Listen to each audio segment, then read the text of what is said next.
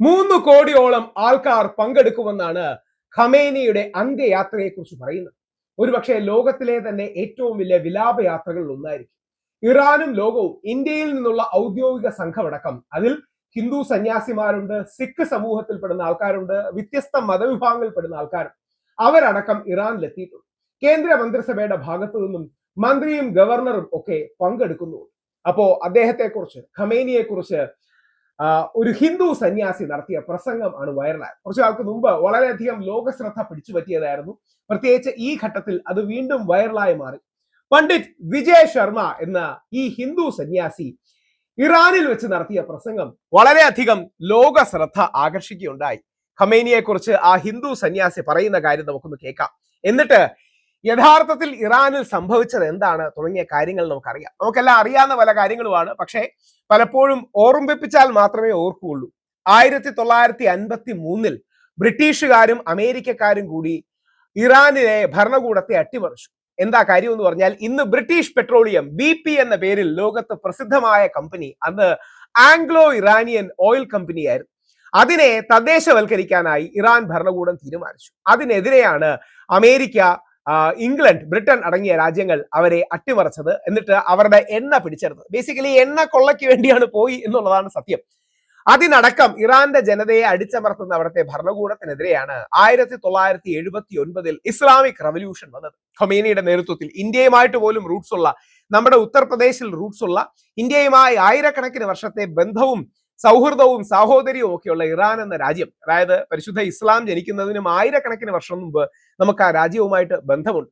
അപ്പോ ആ രാജ്യം 1979 പാശ്ചാത്യ, പ്രത്യേകിച്ച് അമേരിക്കൻ സ്വാധീനങ്ങളെ വലിച്ചെറിഞ്ഞ് വീണ്ടും തങ്ങളുടെ രാജ്യം തിരിച്ചു പിടിക്കുകയാണ് ഉണ്ടായത്. അന്നു മുതൽ ഇറാനിലെ ഭരണകൂടത്തെ അട്ടിമറിക്കാൻ പാശ്ചാത്യ ശക്തികൾ, വിശിഷ്യ അമേരിക്ക, ശ്രമിക്കുന്നുണ്ട്. അവർക്ക് അവരുടേതായ ജിയോ പൊളിറ്റിക്കൽ ഇൻട്രസ്റ്റ് കാണും. ഓരോ ജനതയ്ക്കും. ഇപ്പൊ നമ്മൾ കഴിഞ്ഞ വീഡിയോയിൽ അടക്കം ഇതിന്റെ വ്യത്യസ്ത തലങ്ങൾ, ഇവരുടെ പോസിറ്റീവും നെഗറ്റീവും ഒക്കെ കാണിച്ചു. പക്ഷെ അടിസ്ഥാനം ഒന്നേ ഉള്ളൂ: വേറൊരു രാജ്യത്ത് അതിക്രമിച്ചു കയറി ആ രാജ്യത്തെ ഇല്ലാതാക്കും. ഇപ്പോ നമ്മുടെ വെനിസ്വേലയെ സംഭവിച്ചത്? വെനിസ്വേലയിലെ എണ്ണയ്ക്ക് വേണ്ടി വെനിസ്വേലയിലെ പ്രസിഡന്റിനെ അയാളുടെ ഭാര്യയും തട്ടിക്കൊണ്ടുപോകും. യഥാർത്ഥത്തിൽ ഇത് തട്ടിക്കൊണ്ടുവരികയാണ് ചെയ്തത്. അപ്പൊ എന്തായാലും നമുക്ക് ഖമേനിയെ തൽക്കാലം ശ്രദ്ധിക്കാം. കാര്യം ഈ വരും ദിവസങ്ങളിൽ ലോകത്തിന്റെ വ്യത്യസ്ത ഭാഗങ്ങളിൽ അദ്ദേഹത്തിന്റെ ജീവിതവും പ്രതിരോധത്തെ കുറിച്ചൊക്കെ പറയും. അപ്പോൾ ഖമേനി എന്ന പോരാളിയെ കുറിച്ച് പണ്ഡിറ്റ് വിജയ ശർമ്മയുടെ വാക്കുകൾ നമുക്കൊന്ന് കേൾക്കാം.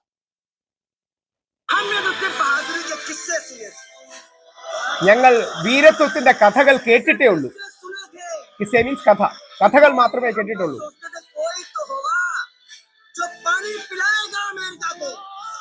ആരെങ്കിലും അമേരിക്കയെ വെള്ളം കുടിപ്പിക്കും എന്ന് ഞങ്ങൾ കരുതിയിരുന്നു.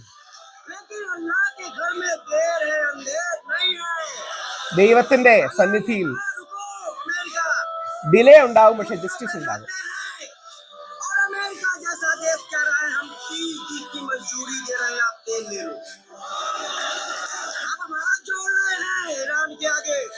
അമേരിക്ക ഇപ്പോ ട്രംപ്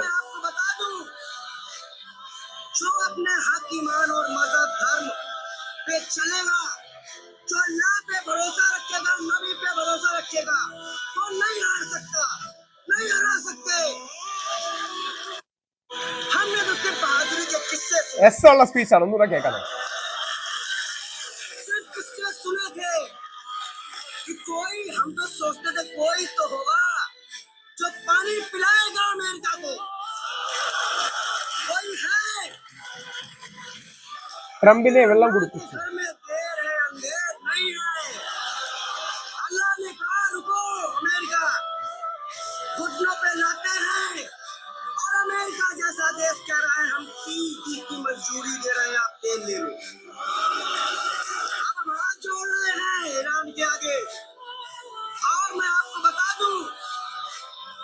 जो अपने हक ईमान और मजहब धर्म पे चलेगा, जो अल्लाह पे भरोसा रखेगा, नबी पे भरोसा रखेगा, तो नहीं हार सकता, नहीं हरा सकते.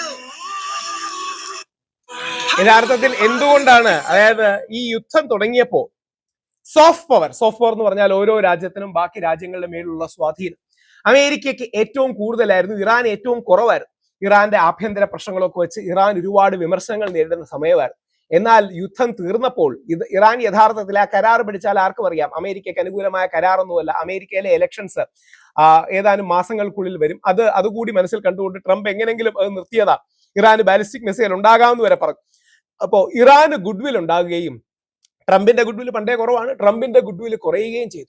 അമേരിക്കയിൽ 90 ലക്ഷം ജനങ്ങൾ, അമേരിക്കയുടെ ചരിത്രത്തിലെ ഏറ്റവും വലിയ പ്രൊട്ടസ്റ്റുകളിൽ ഒന്നായി ഇറാന് വേണ്ടി അമേരിക്കയിലെ 90 ലക്ഷത്തിലധികം ജനങ്ങൾ തെരുവിലിറങ്ങി. നോ കിങ്സ് പ്രൊട്ടസ്റ്റ് അടക്കമുള്ള കാര്യങ്ങൾ അവിടെ സംഭവിക്കുകയുണ്ടായി. വിയറ്റ്നാമിലും ഇറാനിലും അഫ്ഗാനിസ്ഥാനിലും ഒക്കെ അമേരിക്ക തോറ്റതും ഇറാനെ കുളമാക്കിയതും അമേരിക്കൻ ജനതയുടെ പ്രശ്നം കൊണ്ടല്ല. സാമ്രാജ്യത്വ താല്പര്യങ്ങളുള്ള, ആയുധ താല്പര്യങ്ങളുള്ള, എണ്ണ താല്പര്യങ്ങളുള്ള ചില ആൾക്കാർ ദേശീയതയുടെ, കപട ദേശീയതയുടെ പേര് പറഞ്ഞ ആ രാജ്യങ്ങളെ ആക്രമിച്ചില്ലാതാക്കാൻ നോക്കുന്നത് കൊണ്ടാണ്. അതുകൊണ്ടാണ് വിയറ്റ്നാമിലും ഇറാനിലും അഫ്ഗാനിസ്ഥാനിലും ഒക്കെ അമേരിക്ക തോറ്റത്. ഇനിയെങ്കിലും ലോകത്തേക്ക് സമാധാനം തിരിച്ചു വരട്ടെ. ഖൊമേനി പറയുന്നത് ഒരു ഫത്വ തന്നെയുണ്ട്, നമ്മൾ അണ്വായുധം ഉണ്ടാക്കരുത്. യുദ്ധങ്ങളല്ല, സമാധാനമാണ് മുമ്പോട്ടുള്ള പാത എന്ന് നമുക്ക് തിരിച്ചറിയാൻ കഴിയും.